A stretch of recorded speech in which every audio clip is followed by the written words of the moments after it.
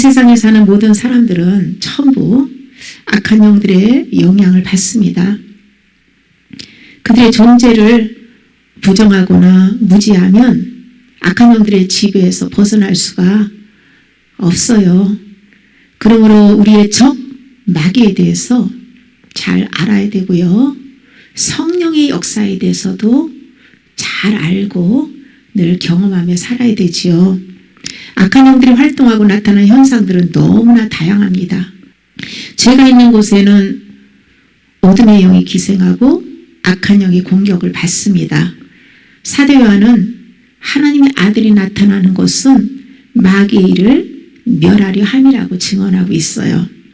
성령님께서 우리 안에 오신 이유는 예수님의 속죄 은총을 반영하여 죄와 마귀를 멸하고 우리에게 자유와 평안을 주기 위해서죠. 예수님이 영으로 오신 성령님이 우리 안에서 마귀의 일을 멸하려 주실 때에 우리도 할 일이 있어요. 부지런히 등잔에 기름을 채우고 불을 밝혀주어야 합니다. 말씀을 소리내서 선포할 때에 성령의 기름이 채워지고 빛이 임하게 됩니다. 빛이 어둠 속에 숨겨진 죄들을 드러내줄 때에 그 죄를 인정하고 회개하는 믿음의 반응을 해야 합니다. 그런데 많은 교인들이 스스로 말씀을 먹으며 성령님을 의지하지 않고 눈에 보이는 사람의 도움을 기대하고 사역자를 의지합니다. 물론 영적으로 스스로 아무것도 할 수 없는 어린아이 같은 그 믿음의 사람들은 이해할 수가 있죠. 그러나 신앙생활을 오래 하고 있는데도 불구하고 내면에 계신 성령님보다 눈에 보이는 사역자를 통해서 문제를 해결만 받으려고 하는 분들이 적지 않습니다. 이것은 눈에 보이지 않는 하나님보다 눈에 보여지는 그 사람을 더 믿고 신뢰하는 것이죠. 많은 은사와 능력을 갖춘 탁월한 사역자라 할지라도 그 영혼들의 모든 질병을 다 알고 치유해 줄 수는 없어요. 하나님이 허락하신 어느 한 부분만 알고 기도해 줄 뿐이에요. 사역자는 예수님께로 인도하는 중매자일 뿐이죠. 우리의 영혼 몸을 잘 알고 우리를 온전하게 전히 치유해 주실 분은 예수 그리스도밖에 없습니다. 사역자는 일시적으로 역사는 마귀를 쫓아내 줄 수는 있어요. 문제는 그 마귀가 대적할 때는 떠났다가 죄를 지으면 다시 들어오기도 합니다. 사역자의 기도가 방향 전환을 해줄 수는 있으나 귀신을 끌어들인 죄의 밥은 해결해 줄 수 없습니다.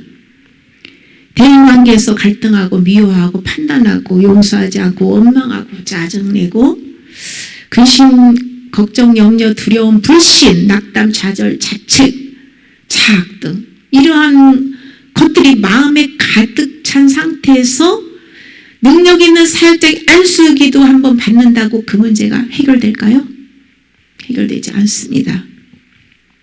수년, 수십 년간 형성해온 자기의 문제를 단 한 번의 기도로 해결받을 수는 없어요. 귀신을 축사해서 하나님의 은혜로 어떤 한 부분을 해결받을 수 있어요. 그러나 전체가 자유해진 것은 아닙니다. 자신이 진심으로 회개하고자 하는 마음이 없는 상태에서 사역자의 기도는 그때뿐입니다. 왜냐하면 악한 영은 쫓겨났다가도 다시 돌아올 수 있기 때문이에요. 귀신이 떠난 후에 믿음의 성장을 이루며 좋은 열매를 맺지 못한다면 귀신 축사 이 사역은 굉장히 지치고 피곤하고요. 한계에 부닥칩니다. 저도 한때 축사 사역을 하다가 지속적으로 좋은 열매가 나타나지 않는 것에 한계를 느끼고 잠시 내려놓고 지금은 회개에 집중하고 있는데요. 회개하지 않은 상태에서 귀신을 쫓아줄 때는요, 반짝 은혜로 잠시 좋아졌다가 시간이 지나면 또다시 귀신에 지배받는 것을 제가 보면서 회개의 중요성을 깨달았어요. 그래서 제가 먼저 회개를 온전한 그릇을 준비하기로 결단하고 말씀 소리로 회개에 올인하게 된 것입니다. 하나님께서 때가 되면 복음을 전파하고 귀신을 쫓고 병을 치유하는 사역을 또 할 수 있으리라 생각합니다.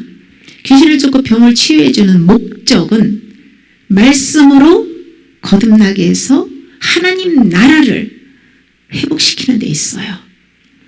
말씀의 빛으로 근본적인 죄를 회개하지 않고 단지 귀신만 쫓고 병만 치유하는 것은 실상 영적 유익이 없습니다. 우리는 영적인 원리를 잘 알고 이해할 필요가 있습니다. 마음에 더러운 이 생각으로 가득 차서 악취를 풍긴다면 파리와 같은 어둠의 영들은 찾아옵니다. 이때 파리를 잡듯이 열심히 마귀를 예수 이름으로 물러가라 하고 대적하면 잠시 도망갔다가 또 들어옵니다. 마귀를 대적해도 효과가 없다면 근본적인 이유를 찾아야 되는 거예요. 악한 영들을 유인하는 먹잇감을 찾아야 합니다. 내가 생각하고 말하고 행동하면서 풍기는 냄새가 무엇인지를 깨달아야 돼요. 어떤 것이 악한 영이 좋아하는 것이며 악한 영에게 밥을 주는 것인지 악한 영에게 틈을 주는 문제점과 패턴을 찾아야 합니다. 생각하고 말하고 행동하는 것에 있어서 무의식적으로 행하는 것들이나 그 나쁜 습관들을 찾아야 돼요. 그 문제를 가지고 하나님 앞에 기도하며 통회하며 내려놓아야 합니다. 악한 영들은 아무 이유 없이 들어오진 않아요. 하나님이 허락하지 않으면 날아가는 참새 한 마리도 땅에 떨어지지 않는다고 했어요. 악한 영들은 마음에 들어올 수 있는 여건이 맞아야 들어오고 죄를 지을 때 들어오는 거예요. 매일 음란한 생각을 품고 사는 사람에게 음란의 영이 들어오는 것이고 매일 분을 품고 혈기를 부리는 사람에게 포악의 영이 들어오는 거예요. 매일 욕심을 부리고 사는 사람에게는 탐욕의 영이 들어와서 쓴뿌리를 내리고 지배합니다. 만약 죄를 회개하지 않고 그들을 방치하면 마귀는 죄를 정죄하고 그 다음에 죄책감을 주고요. 그 다음에 따라오는 것이 무엇입니까? 두려움입니다. 그 두려움이 악한 영을 강하게 만든다는 거예요. 두려움이 무서운 것은요. 우리가 무엇을 두려워하고 그 두려움에 사로잡히게 되면 그 일이 일어난다는 사실이에요. 왜 그럴까요? 두려움으로 씨를 심었기 때문에 두려움의 열매를 거두는 거예요. 이것이 하나님이 정해놓은 법칙입니다. 요한일서 4장 18절에 사랑 안에 두려움이 없고 온전한 사랑이 그 두려움을 내쫓나니 두려움에는 형벌이 있습니다. 두려워하는 자는 사랑 안에서 온전히 이루지 못하였느니라고 말씀하고 있죠. 하나님을 사랑하고 그 사랑으로 이웃을 사랑하는 사람에게는요. 마귀가 죄를 정죄하고 그에 따른 두려움이 없습니다. 하나님의 사랑 안에 온전히 거하면 두려움의 영은 역사할 수 없습니다. 그런데 옛사람인 나를 사랑하고 그냥 나 자신에게 집착해서 내 중심으로 그렇게 살면 죄에 넘어지게 되고 그러므로 해서 두려워하는 것으로 형벌을 받게 된다는 거예요. 두려움은 불신앙이며 주님을 신뢰하지 않는 것이고 주님의 보호하심을 믿지 못하는 거예요. 마음속에 두려움을 간직하고 있을 때 거기에는 항상 나쁜 상황이 다닙니다. 그러므로 전적으로 내 안에 사시는 주님을 바라보고 믿고 신뢰하고 모든 문제를 하나님께 아뢰고 맡겨야 합니다.